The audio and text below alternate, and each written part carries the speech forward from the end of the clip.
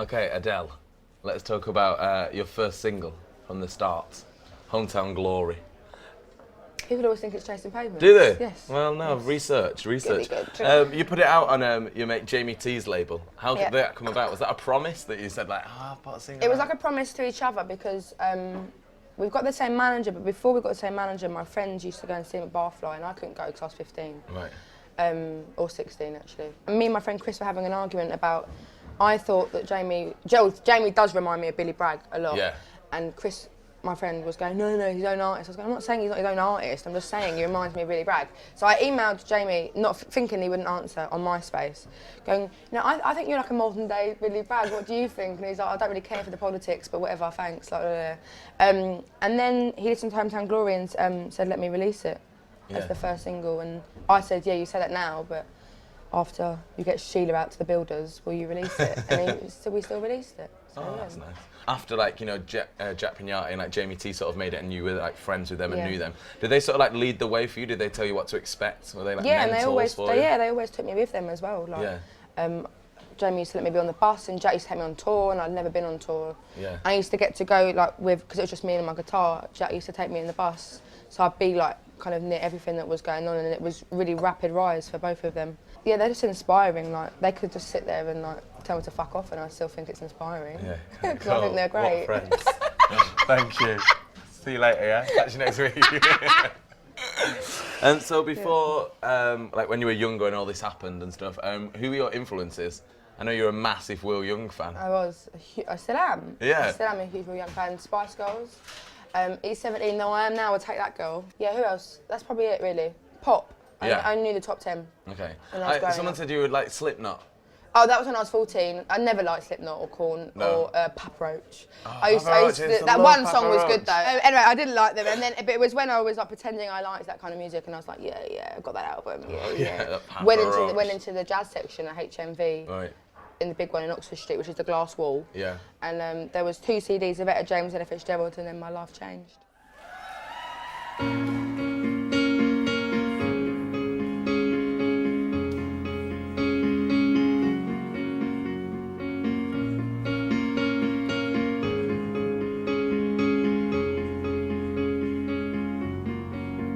I've been walking in the same way as I did, missing out the cracks in the pavement and tutting my heel and strutting my feet.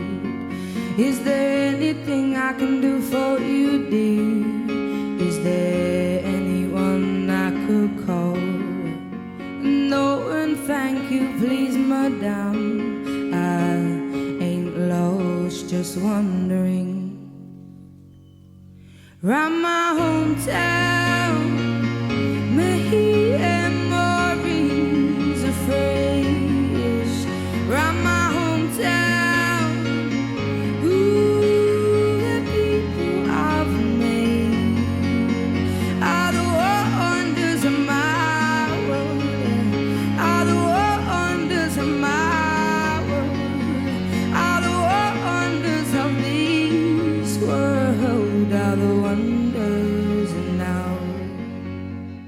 Now you still live in London Yes. And live with your mother? Yes. How's that? How's it for your mum, like, to see you go from, like, you know, being like a school kid to like a multi-platinum? It's great. Album? She treats me even better than she did before. Oh, really? Like she used to tell me to do my own washing. I don't have to do my own washing anymore. Okay. She makes my dinner without question. Like nice. before, she'd be like, "Why don't you ever cook for me?" We'd have to have an argument. Yeah. Whereas now she's like, "Here you go." Like, makes me fajitas and stuff like that. Like, nice. So what's changed? Like, is there like in your day-to-day life? Has anything changed that's like, you know, didn't happen before, can't happen now? Yeah, well, like, I mean, I do it, but I shouldn't really go out looking like a tramp. Right. And then the other day, when was it now? I read it yesterday in the Heat magazine, the Spotted section, which I've always looked at to see if anyone spotted me out, because I love reading that. Yeah. And then some person, I went to Madame Jojo's by accident. I liked the gay night. I thought it was a gay night, so I needed to go get some love. So I went to Madame Jojo's thinking it was the drag night. It wasn't. It was White Heat, which I know you probably love, but I don't love White Heat. I'm not 15. They're so annoying. Oh god, I really don't like it. Anyway, and then the bouncer goes, you can't come in. And I was like, what do you mean I can't come in? He goes, I did your first gig and you sold too many records, now you're too good for here, don't come in. And it was a bit of a joke, right? And then my stylist didn't have enough change to get in, so I went, I'll go and let her in if I've sold too many records now. Someone has told Heat magazine, right, that Adele got refused entry to Madame Jojo's and started stamping her feet and screaming, I've sold too many records. Oh, God. So anyway, that kind of thing I've got to kind of watch that's myself. pretty bad, yeah. But just the fact that I get recognised a lot, but I like that. Like, Yeah. No one who hates me has ever come up to me. Yeah. It's just people that like what I do come up to me, and I've got more than enough time for people like that. Yeah. They want to come and... I like That's meeting nice. people that like what I do. Who have you got to meet then who's been fun? I got to meet a Beatle, that was amazing. I met Paul McCartney. Oh, how was he? On a digital side, and that was amazing. I don't know, I've met quite a few people. I want to meet Kylie, actually. Yeah? I tried to bump into her at the Brit Awards, but I didn't find her. Rihanna was a bit cold. Really? Well, I mean, she does get overworked. Yeah. Maybe she just doesn't want... Did you hear that she's banned umbrellas from her shows because she thinks she's going to get assassinated? What, by an umbrella? Yeah. So The it's girl like thinks she's Whitney Houston in Bodyguard. Get over yourself. I think our cab's arrived. There he is. Yeah. Oh.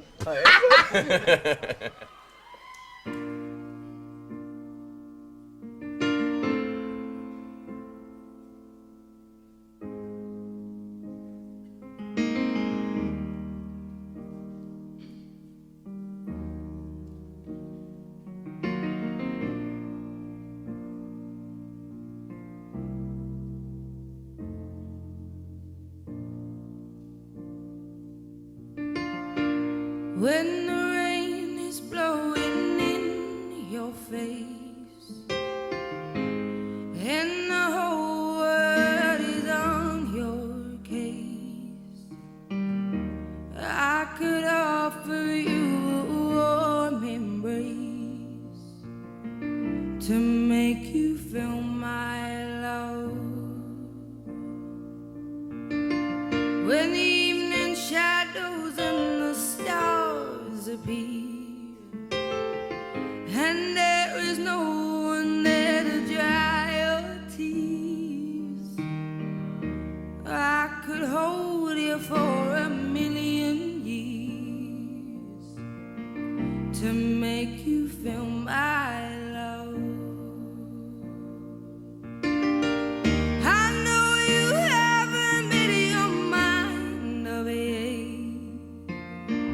but I will never do you wrong.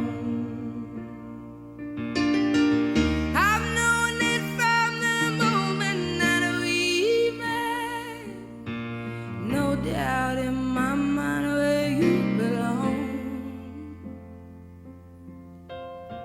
I'd go hungry, I'd go black and blue, and I'd go crawling down the avenue.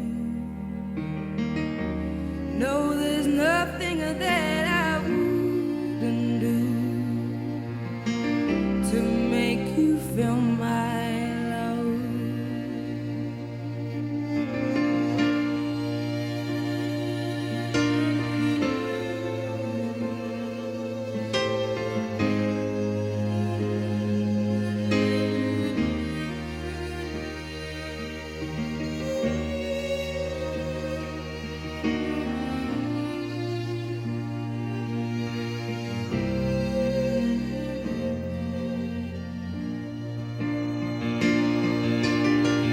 The storms are raging on the rolling sea and on the highway of regret.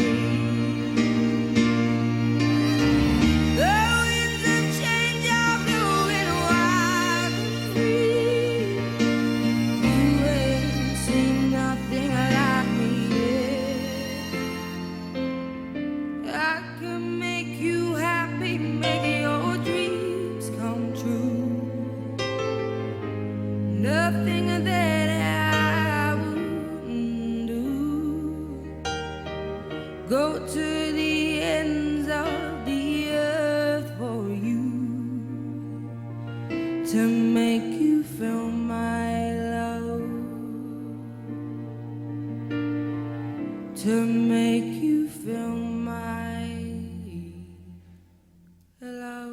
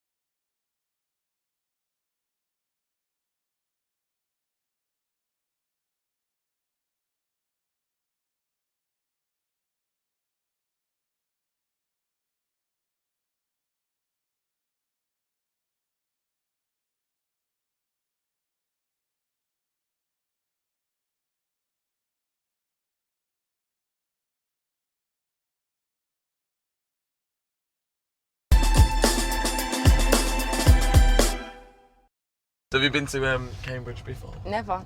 I've never been. It's nice, isn't it? I got into Cambridge University though. Really? No. No, you didn't. No, I'm dumb.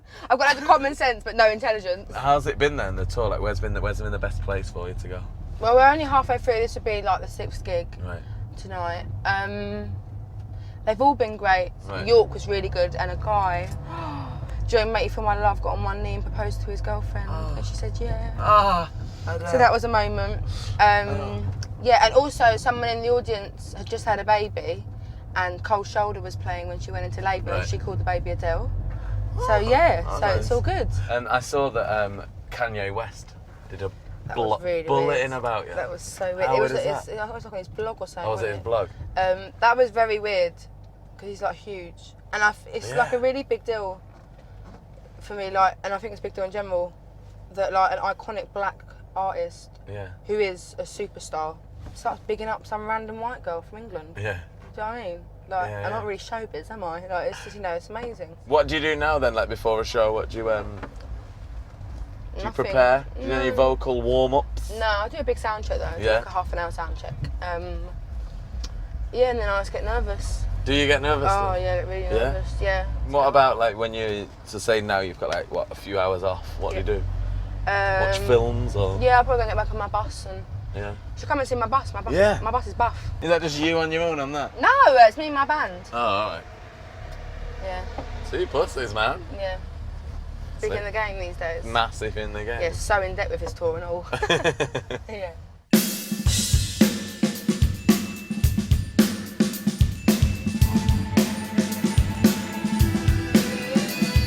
God, it's pretty big here.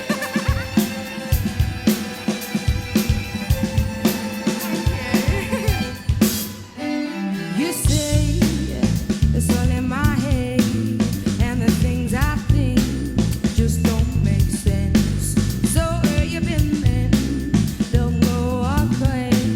Don't turn around on me like a small fool. See, I can see that look in your eyes, the one that shoots at me each and every time. You make me go shoulder. Whenever you look at me, I wish I was there. You start me with words made of knives. Whenever you look at me, I wish I was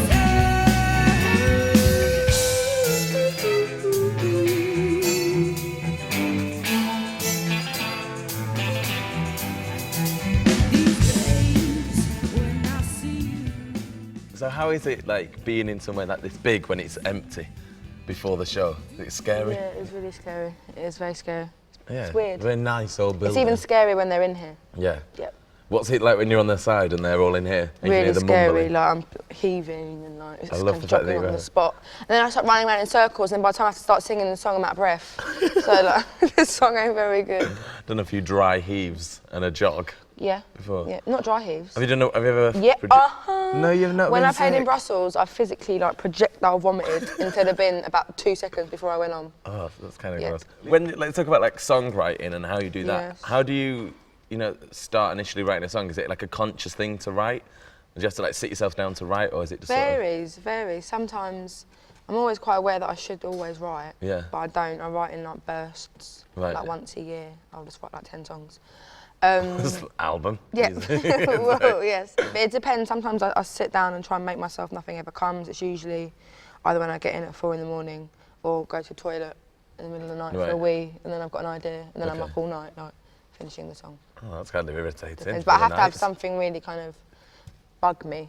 A feeling has to really bug me so I can write. The album's like really about like feelings like love and heartbreak and stuff. Do you think like if you get married and you're happy, what would you write about? Being happy. Yeah? I like to think. Oh, life's really good. I don't think I have to be.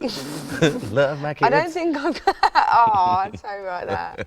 Yeah, no. For this album, I had to be quite like for myself. But I've only written one album. If I write a second album and it's really great and it does absolutely fuck all, then I will go back to Heartbreak. Yeah. For my third album. Excuse me, can you just beat me around a bit to like your boyfriend? Yeah, exactly. Do you think that you could? It's like therapeutic writing about heartbreak and love.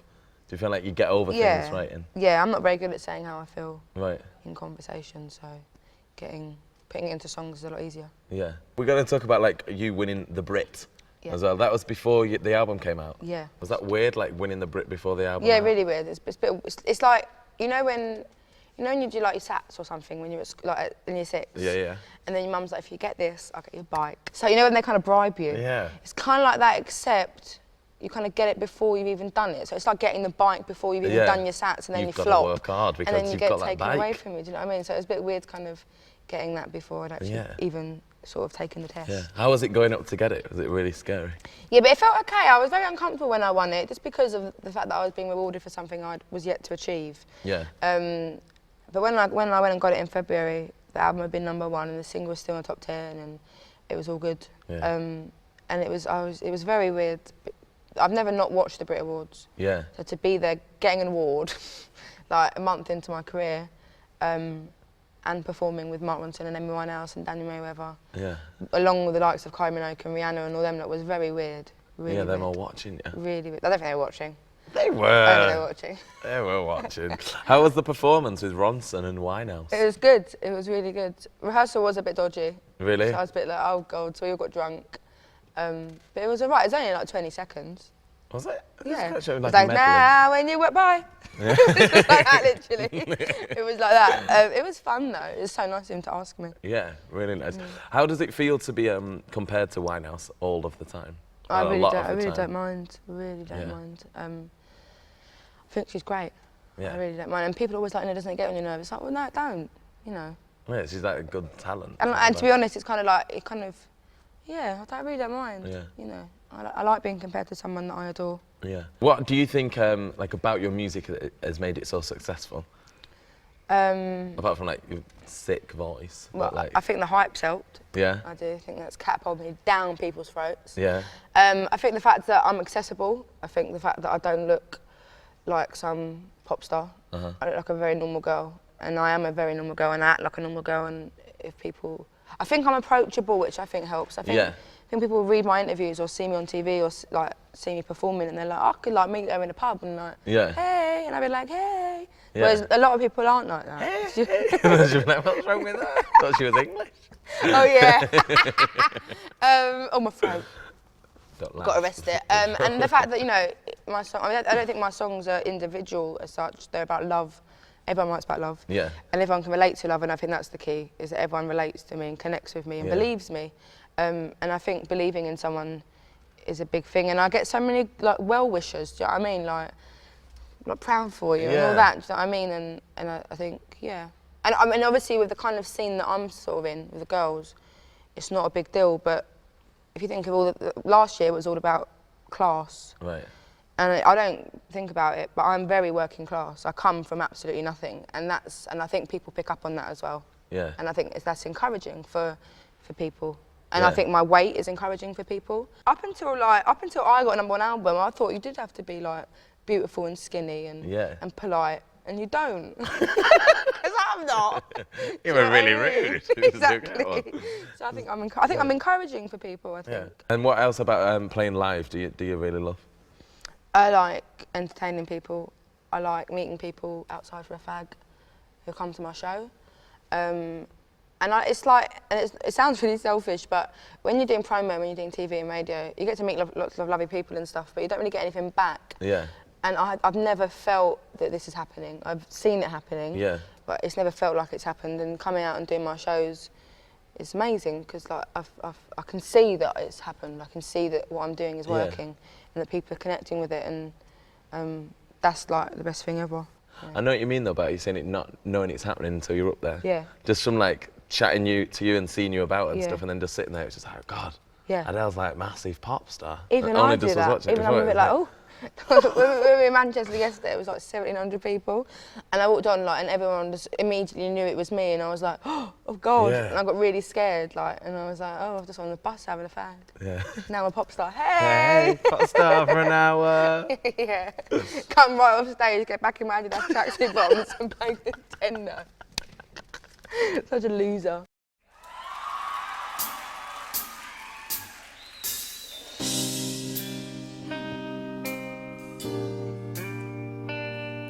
I made up my mind, don't need to think it over.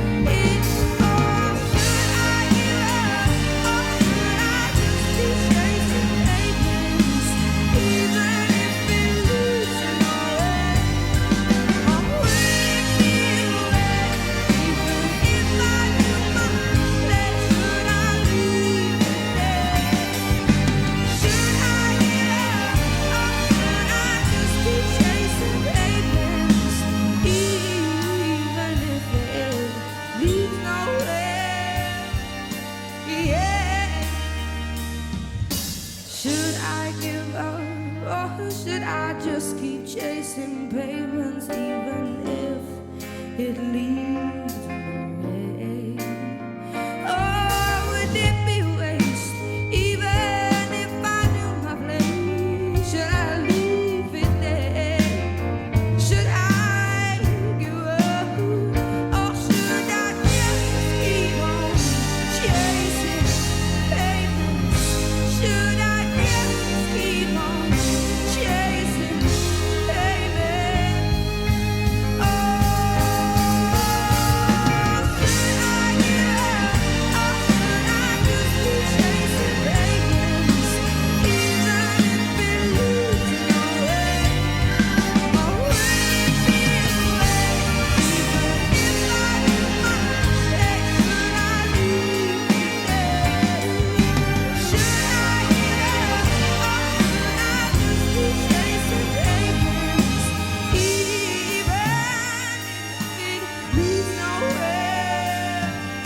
Yeah.